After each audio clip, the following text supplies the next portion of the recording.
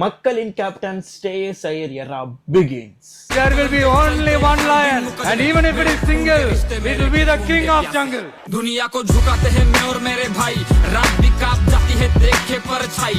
Team இந்தியாவின் புதிய T20 captain மக்கள் நாயகன் ஸ்ரேயஸ் ஐயர். மக்கள் விருப்பப்படியே ஸ்ரேயஸ் ஐயரை T20 கேப்டனா நியமிச்சிருக்காங்க. ஸ்ரேயஸ் ஐயர் கடைசியா 2023 தான் T20 விளையாண்டுருக்காரு. அதுக்கப்புறம் இப்போதான் கேப்டனா திரும்ப T20க்குள்ள வரப்போறாரு. அவரோட ரிடம்ஷனை பாருங்களேன். 2023 டிராப் செய்யப்பட்டார், பிசிசிஐ கான்ட்ராக்ட் போச்சு. அதுக்கப்புறம் IPL 2024 சாம்பியன் ஆனாரு KKRக்காக. அதுக்கப்புறம் 2025 2026 பஞ்சாப் கிங்ஸ் வச்சு வேற லெவல் லீட் பண்ணாரு. இப்போ 2026 அவரோட ரிடம்ஷன் ஏரா பிகின்ஸ்ன்னு சொல்லணும். ஸ்ரேயஸ் ஐயர் இத்தனை வருஷமா எதுக்காக இயங்கிட்டு இருந்தாரோ அது ஃபைனலி கிடைச்சிருக்கு. ஸ்ரேயஸ் ஐயர் இந்த வாட்டி வெறும் இந்தியன் பிளேயரா கிளம்புறங்க போறதில்ல, கேப்டன், இந்தியாவோட கேப்டனா கிளம்புறங்க போறார்.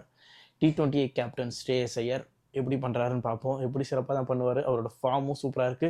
கேப்டனாக அவர் சிறப்பாக செயல்படுவார். இப்போ புதிய கேப்டனாக அவரை நியமிச்சிருக்காங்க. பார்ப்போம் எப்படி இருக்குன்னு. ஒரு சில பேர் குற்றச்சாட்டை வைக்கலாம். 2023 தான் கடைசியாக விளாண்டாரு. இப்போ இந்தியன் T20 டீம்ல இல்லாத அவர் தூக்கிட்டு கேப்டனாக போட்டு ஆட வைக்கிறீங்க. என்ன ஏற்கனவே டீமில் இருக்கிறவங்களெல்லாம் நீங்கள் இது பண்ணியிருக்கலாமே. சஞ்சு சாம்சன் இருக்காப்புல, பும்ரா இருக்காப்புல, இந்த மாதிரி நீங்கள் பண்ணியிருக்கலாமே அப்படின்னு சொல்லலாம். பட் எது ஃபியூச்சருக்கு நல்லதுன்னு பார்த்து தான் டீம் பெஸ்ட்டான ஒரு முடிவாக எடுத்திருக்குன்னு நான் நம்புகிறேன். என்னை பொறுத்த வரைக்கும் மக்களின் கேப்டன் ஸ்ரேயஸ் ஐயர் சிறப்பாக செயல்படுவார் என்ற நம்பிக்கை இருக்குது. காய்ஸ், என்னை பொறுத்த வரைக்கும் மக்களின் கேப்டன் ஸ்ரேயஸ் ஐயர் சிறப்பான ஒரு கேப்டனாக தான் செயல்பட போகிறார் அப்படின்னு எனக்கு தோணுது.